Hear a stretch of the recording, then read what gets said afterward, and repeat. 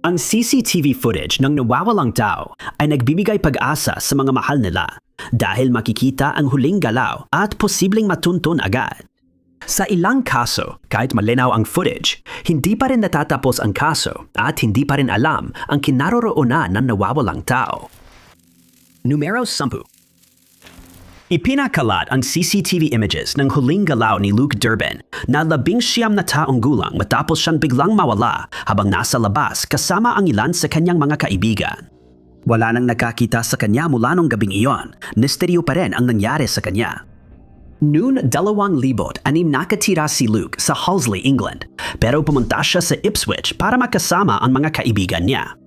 Ayon sa ulat, kilala noon ang lugar sa bentahan ng illegal na droga at mga babaeng naglalako ng aliw sa halos bawat kanto tuwing gabi, kaya kailangan mag-ingat ang mga lumalabas doon. Ginugol ni Luke ang kanyang mga araw sa paaralan sa Woodbridge kung saan siya nag-aral sa Farlingay High School. At pagkatapos nito, nagsimula siyang mag-aral ng music technology sa Colchester Institute. Ngunit matapos ang 12 buwan ng pagkukommute papunta sa institute, napagdesisyonan niyang hindi na ito sulit kaya huminto na siya sa pag-aaral. Sabi ng pamilya niya, dito nagsimulang magbago ang buhay niya.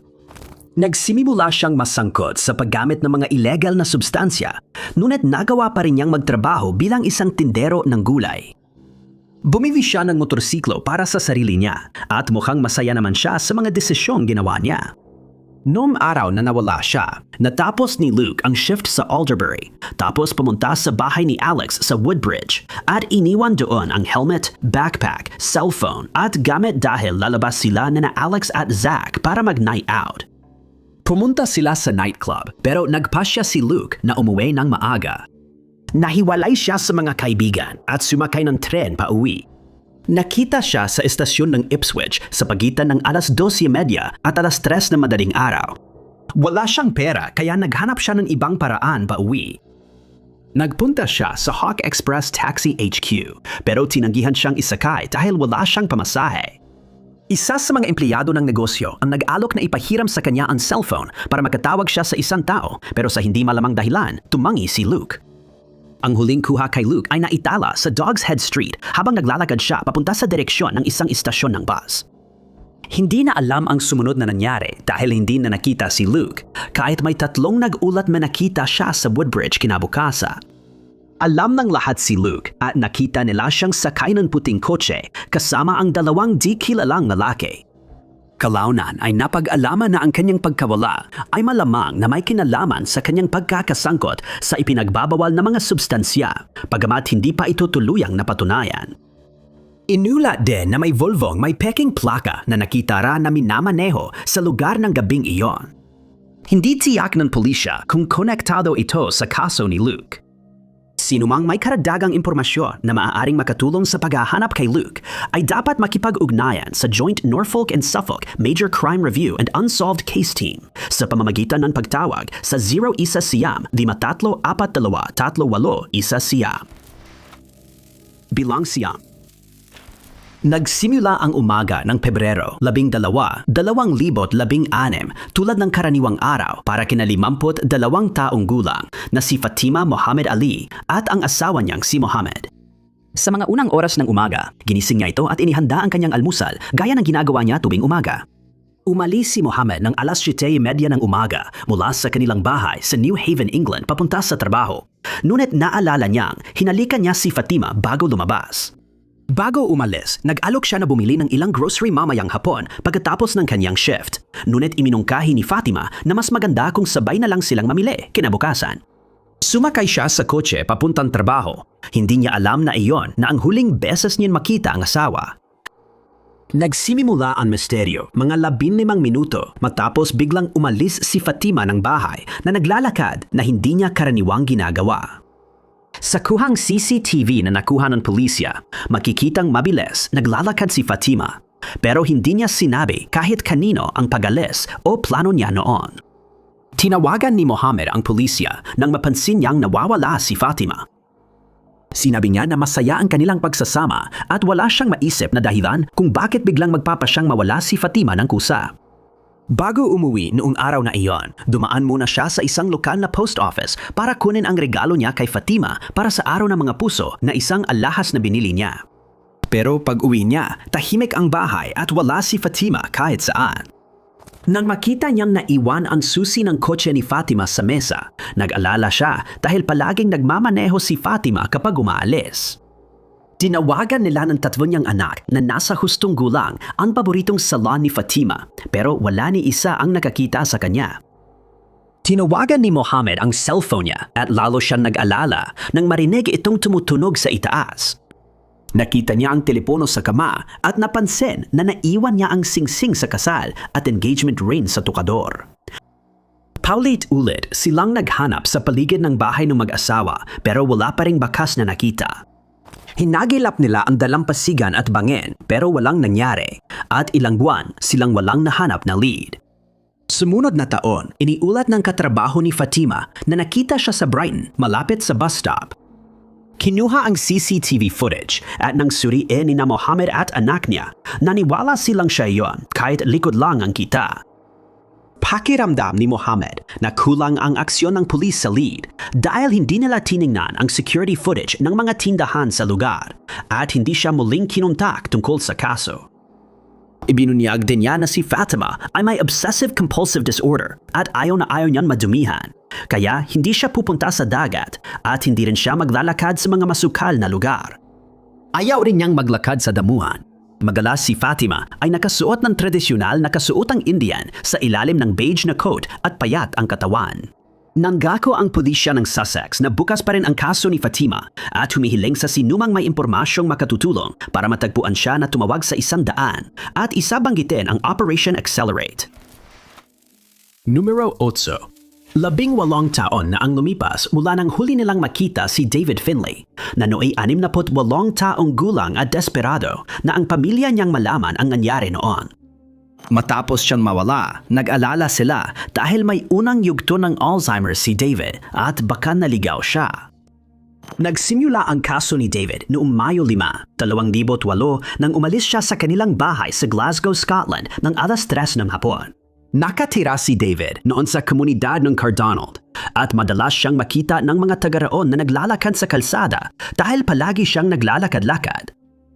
Sa mga araw na siya ay naglalakad, kadalasan siyang pumupunta sa mga lugar ng Paisley, Johnstone, Drumchapel o Clydebank. Ngunit hindi pa rin alam kung nakarating siya sa alinman sa mga paborito niyang lugar noong araw na iyon dahil walang sinuman sa mga lugar na iyon ang nakaalala na nakita siya. Nagsagawa ng mga paghahanap sa mga karaniwan niyang dinadaanan at kalaunan ay may ilang tao na lumapit upang iulat na maaaring nakita nila siya. Kahit sinundan na ang mga lead, hindi pa rin nahanap si David. Lahat ng mga ulat na ito ay hindi na kumpirma, ngunit may isang kuha mula sa CCTV security footage na malinaw na nagpapakita ng huling kilalang galaw niya. Nakita si David sa Sachi Hall Street, West Nile Street, mga 6:00 ng gabi ng araw na iyon, at mukha namang wala siyang problema. Hindi ibig sabihin nito na sinadya niyang pumunta sa lugar na iyon dahil may nagsabi na maaring naligaw siya habang naglalakad at nang mapagtanto niyang naligaw siya, hindi na niya alam kung paano makakabalik sa kanilang bahay. Teorya pa rin ito, syempre, pero karaniwan sa mga taong may Alzheimer's na maglakad sa maling direksyon dahil madali silang malito. Sa mga nakaraang taon, may mga nag-ulat sa pulis na nakita nila si David sa iba't ibang lugar. Ayon sa pulisya, patuloy ang investigasyon sa kaso ni David. Pero dahil matagal na siyang nawawala, minimal na lang ang pagsisiyasat maliban kung may mapagkakatiwala ang lead. Patuloy silang nakikipag-ugnayan sa pamilya niya na hanggang ngayon ay hindi pa rin alam ang nangyari kay David o kung saan siya nagpunta matapos siyang huling makita.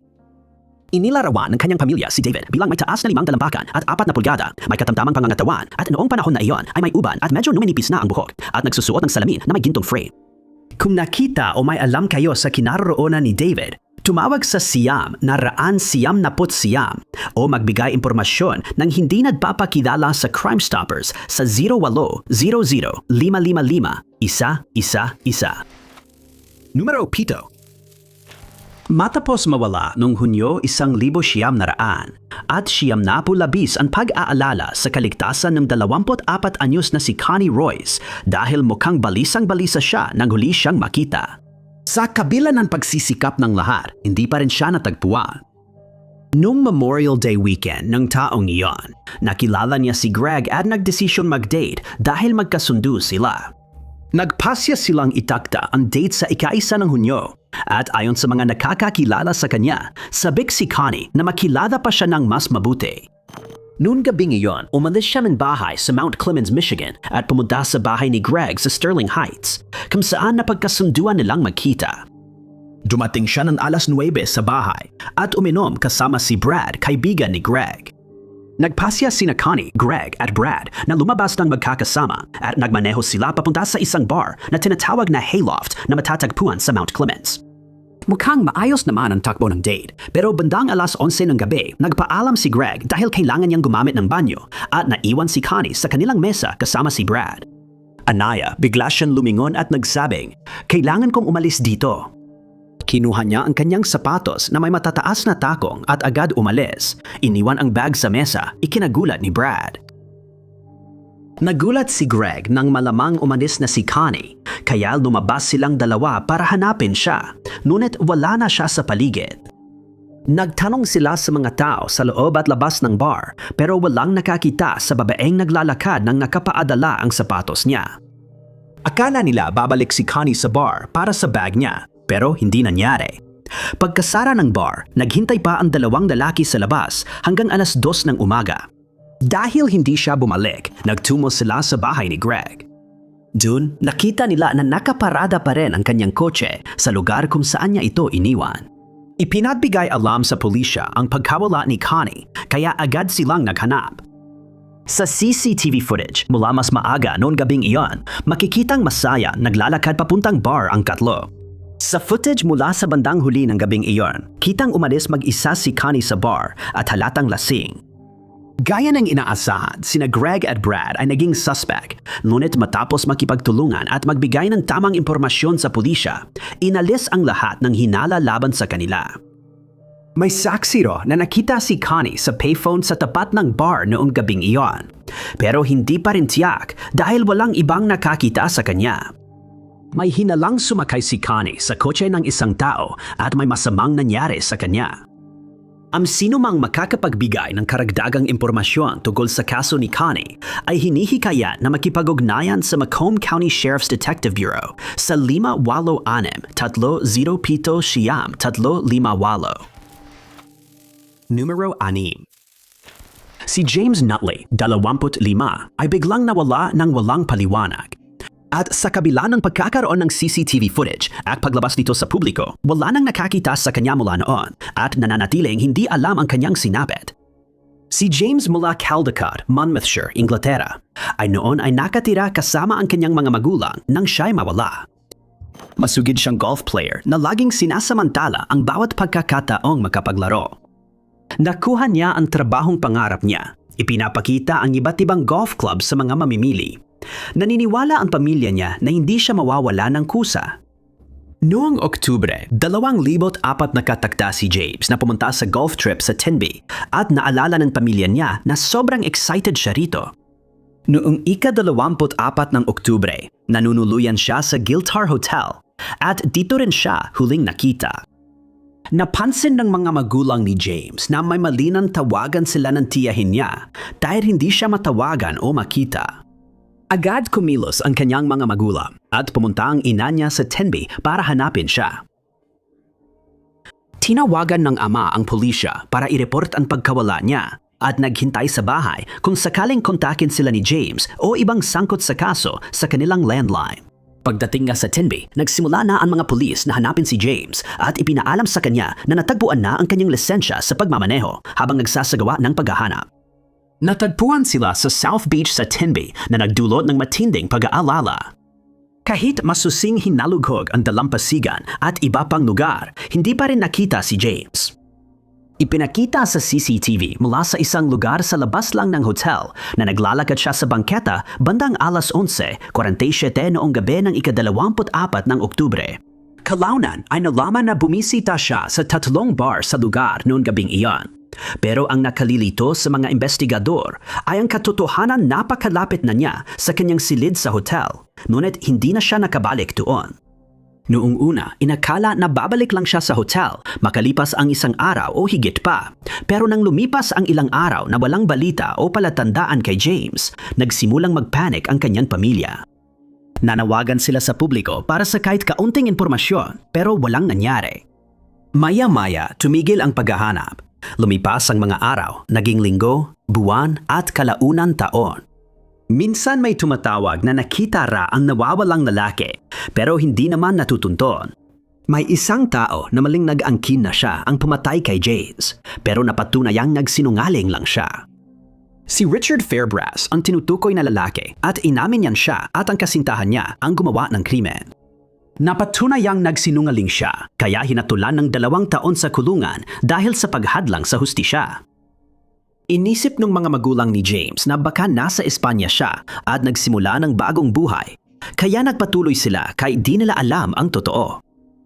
Hiniling na makipag-ugnayan sa publicity officer ng mga nawawalang tao sa 100 at 16,000 ang sinumang may bagong impormasyon tungkol sa kasong ito. Numero 5. Ang CCTV security footage na inilabas kaugnay ng kaso ng nawawalang si Alexandra Herod ay napakalinaw at madali siyang makilala. Pero hanggang ngayon, hindi pa rin siya natatagpuan mula nang huli siyang makita noong Setyembre 2025. Noon, si Alexandra ay 47 taong gulang at nakatira sa Seaton, Cumbria, Inglaterra. May saksi na nakakita sa kanya sa Seaton noong Agosto 30 at may ulat din na nakita siya sa Whitehaven, ngunit duda ang ilan sa pahayag na iyon. Hindi sinabi kung sino ang nag-ulat pero naiulat na nawawala si Alexandra noong Agosto 30 kaya agad nagsimula ang paghahanap. Pagsapit noong Setyembre, 19, walang nangyaring progreso sa kaso habang hindi pa rin siya natagpuan. Naglabas ang pulisya ng CCTV images na nagpapakita kay Alexandra na pumapasok at tumitingin-tingin sa mga tindahan sa Workington at Whitehaven noong Setyembre 2. 3 araw na ang lumipas mula nang i-report siyang nawawala sa puntong iyon at based sa kanyang kilos sa footage, mukhang wala siyang kamalay-malay na siya ay hinahanap na pala siya bilang nawawalang tao. Mukha rin siyang lubos na kalmado sa footage at makikitang mag-isa lang siya. Marami ang naniwala na walang dapat ikabahala pero may nagsabi rin na hindi dahil kalmado siya ay ibig sabihin ay ayos siya. Sa araw ring iyon, nakita siya sa CCTV sa isang coffee shop sa King Street, Whitehaven, mga 11:20 ng umaga. Mukhang wala siyang problema habang tinitingnan ang menu ng establishmento. Nang hindi siya matagpuan, humingi ng tulong ang pulisya sa publiko at hiniling na sino mang nakakita sa kanya ay lumapit at magbigay ng impormasyon. Hiniling din nila na kung may CCTV footage pa siya, ipasa ito sa kanila para matunton ang kanyang galaw matapos umalis sa coffee shop. Pero wala silang natanggap na ganoong footage. Pagkatapos, hiniling nila na sino mang miyembro ng kanyang pamilya o mga kaibigan ay makipag-ugnayan sa kanila, ngunit hindi isinapubliko kung merong lumapit. Tandaan na si Alex ay konektado sa Devon, Durham, Dorset, Leeds at Wiltshire. Maaring nagpunta lang siya sa isa sa mga lugar na ito para manirahan o bisitahin ang kakilala. Ngunit dahil walang ulat na nakita siya roon, teorya lang ito.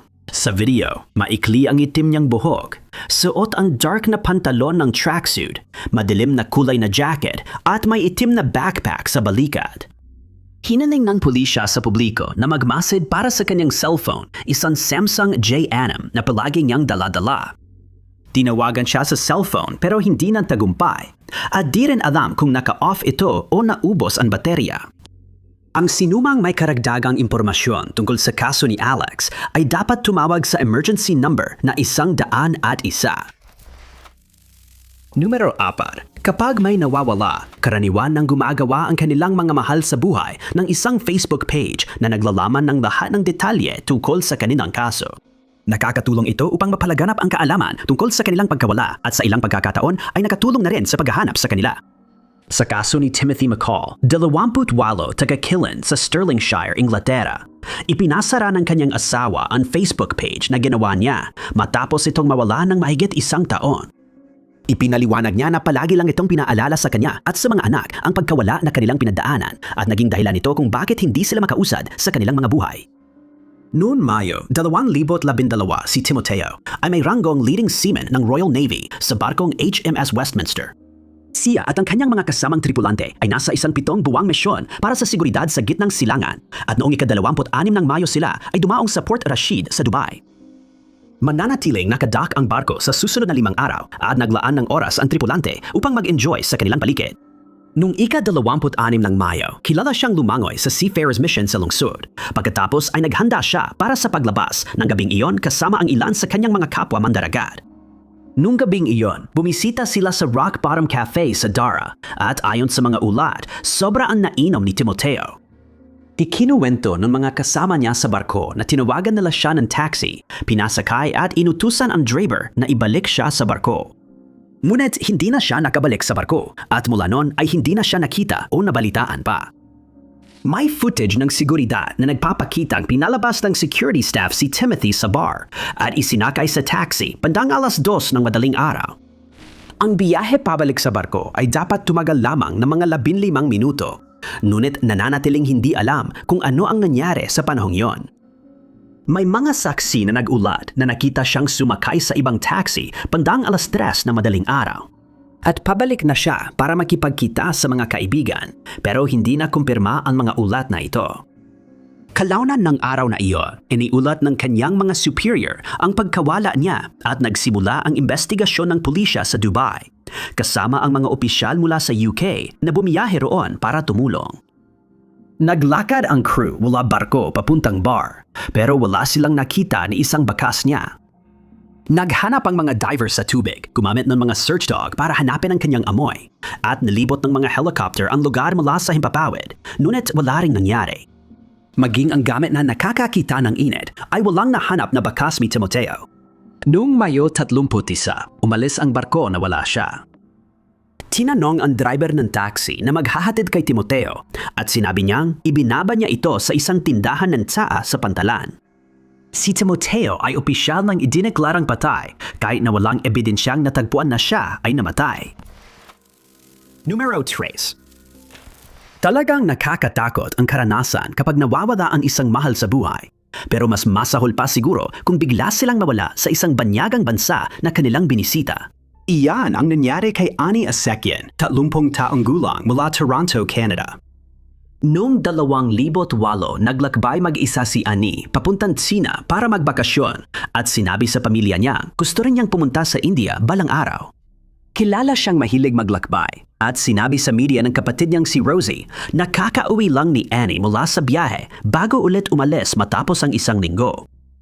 Umalis siya papuntang China noong ika-24 ng Oktubre ng taong iyon at patuloy siyang nakikipag-ugnayan sa kanyang pamilya gaya ng nakasanayan niya. Dumating siya sa Hong Kong noong Nobyembre 9 matapos magtagal sa Beijing at gitnang China. Nakipag-ugnayan siya sa pamilya para sabihing tutuloy siya sa India para dumano sa yoga retreat. Nag-book siya ng tiket ng maaga pabalik ng Canada mula New Delhi at dapat sanang lumipad noong Disyembre 15. Noong Nobyembre, 10 huminto ang komunikasyon mula kay Annie nang walang paliwanag. Nabahala ang kanyang pamilya nang hindi nila siya makontak at inilarawan nila ang kawalan niya ng komunikasyon bilang labis na kakaiba at kahina-hinala. Ikinuwento nila na huli silang nakatanggap ng text message mula sa kanya kung saan binati niya ng maligayang kaarawan ang kanyang 2 taong gulang na pamangkin. Ngunit pagkatapos noon ay nanahimik na si Annie. Nang hindi siya nagparamdam noong Desyembre, isa kaarawan ng isa pang kapamilya, alam nilang may mali at inireport siyang nawawala. Noong Desyembre 15, hindi siya sumakay sa flight pa uwi. Hindi nagamit ang mga credit card mula noong huli niyang mensahe at walang ospital sa lugar na may record ng admission niya. Ang tanging palatandaan na natagpuan sa kanyang kaso ay ang pag-withdraw niya ng humigit kumulang $28,000 mula sa isang ATM sa loob ng Causeway Bay MTR Station sa Hong Kong noong ika-10 ng Nobyembre. Kinumpirma ng CCTV na si Annie ito. Ngunit nagtaka ang mga investigador na ginamit niya ang 2 magkaibang transaksyon. Idinagdag ng kanyang pamilya na hindi siya mukhang balisa o natatakot sa kuha ng video at nagpadala pa siya ng huling text mga 8 oras matapos nito. Simula noon, hindi na siya makontak at hindi na alam kung saan siya nagpunta pagkatapos ng withdrawals. Tandaan na maliit lang ang withdraw niyan pera kumpara sa Hong Kong dollars, kaya ayon sa investigador, mahihirapan siyang mabuhay kung wala siyang ibang mapagkukunan. Dahil dito, hindi sila naniniwalang kusa siyang nawala kahit walang ebidensya ng krimen. Itinaas na rin ang kaso niya sa kriminal na investigasyon. Nakita sa Canada ang mga travel journal niya. Ayon sa pulisya, may mga sulat si Annie na nagpapakitang natatakot siya at balak pang maglakbay sa iba pang lugar bukod sa nasa itinerary niya. Habang nasa Beijing kasama ang dalawang katrabaho, bigla siyang dumayo at naglakbay papuntang Hong Kong. Dahil dito, iniisip ng iba na baka nagsimula si Annie ng bagong buhay sa ibang lugar o naging biktima ng krimen. Wala nang ibang natagpuang palatandaan at kung sino man ang may dagdag na impormasyon ay hinihikayat na makipag-ugnayan sa Toronto Police Service Missing Persons Unit sa 416-808-741 o magbigay ng tip sa Crime Stoppers sa pamamagitan ng pagtawag sa 1-800-222-8477. Pangalawa, isang taong gulang na si Patrick Lipinski ay nakalista bilang nawawalang tao mula pa noong Setyembre ng 2021. Nagmula siya sa Bathgate, West Lothian, Scotland at hindi na muling nakipag-ugnayan sa pamilya o kaibigan.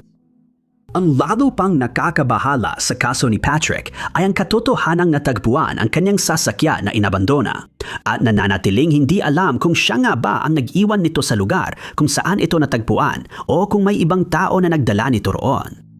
Sinabi ng kanyang pamilya sa pulisya na umalis si Patrick sa kanilang bahay noong ika-4 ng Setyembre ng taong yan at naglalakbay siya gamit ang kanyang pulang Hyundai i-20 na may plakang S8 isang 0KNM at umalis siya ng bahay nang hindi nagsasabi kanino man tungkol sa kanyang mga plano o kung saan siya pupunta. Inasahang babalik siya sa araw na iyon.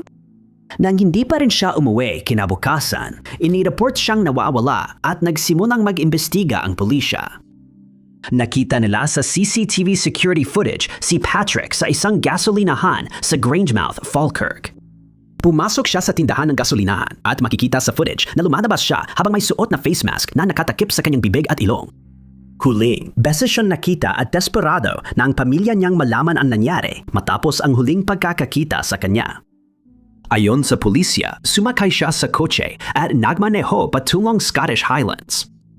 Ayon sa kanila, naglakbay siya sa kahabaan ng M-25 at 22 na mga kalsada habang papunta ron. Noong Disyembre 5, natagpuan ang kanyang Hyundai na inabandona sa turnaround sa 22 malapit sa Ballachulish. Naglakbay siya ng mahigit 100 milya para makarating doon at nahirapan ang mga investigador na maintindihan kung bakit niya kailangan maglakbay ng ganon kalayo para lang iwan ang kanyang sasakyan sa gilid ng kalsada. Hinap-hanap ang lugar pero walang natagpuan bakas ni Patrick o palatandaan kung saan siya pumunta. Sumali ang Mountain Rescue Teams, Coast Guard at bumbero sa paghahanap, ngunit nabigo pa rin. Noong Setyembre, 7 inilabas ang CCTV footage mula sa gasolinahan para matulungan sa paghahanap kay Patrick. Pero wala pa ring sinumang nagbigay ng bagong impormasyon o nagulat ng posibleng pagkakita sa kanya. Hinaling ng awtoridad sa mga nagmamaneho roon nung araw na iyon na suriin ang dashcam kung may footage ni Patrick, ngunit wala pa ring resulta. Sa footage, kitang suot niya ang asul na jacket na may logo sa harap, asul na maong at Adidas na sapatos. Inilarawan siya bilang 6 na talampakan at 20 pulgada ang taas, may payat na pangangatawan at kulay ginto ang buhok. Bagamat pinaniniwalaan nagtungo siya sa Ballachulish, wala pang naiulat na pagkakita sa kanya ron at hindi pa ito nakukumpirma. Kung may alam sa kinaroroonan ni Patrick, tumawag sa 100 at isa at banggitin ang Insidente 0, 7 ng Setyembre 5, numero 1. Ang ilang kaso ng nawawalang tao ay napakalabo na tila wala ng pag-asang malutas ito. Sa kako ng pagkawala ng 33 taong gulang na si Jeffrey Lee, may ilang tiyak na detalye pero lalo lang itong nadulot ng pag-aalala dahil alam na siya ay dinukot noong 2021. Si Jeffrey na nagmula sa Vancouver sa British Columbia, Canada ay bumisita sa kanyang kasintahan sa apartment nito bago siya mawala at mula noon ay wala na siyang naging kontak sa kahit sino. Ang inilabas na CCTV footage ay naglinaw sa kanyang huling mga kilos. Makikita si Jeffrey na pumapasok sa mataas na gusali sa Oak Ridge noong Setyembre 23 at nakumpirma ring pumunta siya roon para makipagkita sa mga kaibigan at katrabaho. Alam ding nagtagal siya ron hanggang 4:00 ng umaga kinabukasan, based sa footage na umalis siya sa oras na iyon. Pinaniwalaang bumalik siya sa kanyang BMW X5 SUV na nakapark malapit sa West 41 Avenue at Elizabeth Street. Ngunit pagbalik niya sa kanyang sasakyan, pinaniniwalaan ng pulisya na siya ay dinukot ng mga hindi kilalang tao at may hindi magandang nangyari sa kanya pagkatapos noon.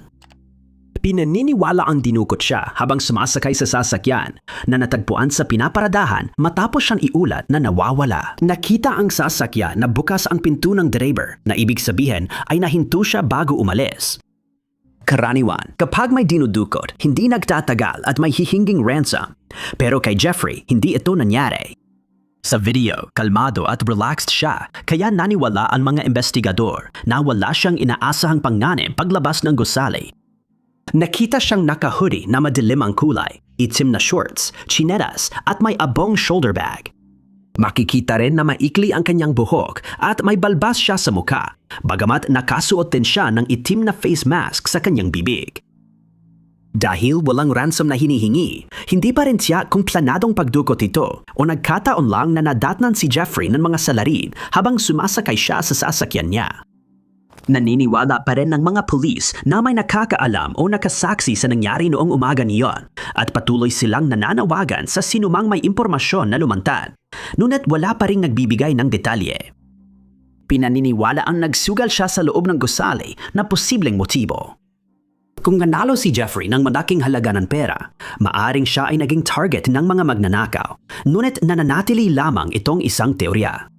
Sabi ng tagapagsalita ng pulisya, maraming ebidensya ang nakuha at inisip nilang mabilis mareresolba ang kaso, pero ngayon ay natigil na ang usad ng kaso. Kung nakita ninyo si Jeffrey noong umaga na yon o may impormasyon tungkol sa kanyang kinaroroonan o sa pag-aresto sa mga responsabales sa pagdukot sa kanya, makipag-ugnayan sa Major Crimes Section ng Vancouver Police sa 604-71-72-541. Salamat sa panonood mga kaibigan. Kung nagustuhan ninyo ang video na ito, siguraduhin pindutin ang like button. Huwag din kalimutan mag-subscribe at i-click ang notification bell para lagi kayong updated sa lahat ng aming mga susunod na uploads. Ako nga pala si Top 5 Unknowns at makikita tayo muli sa susunod.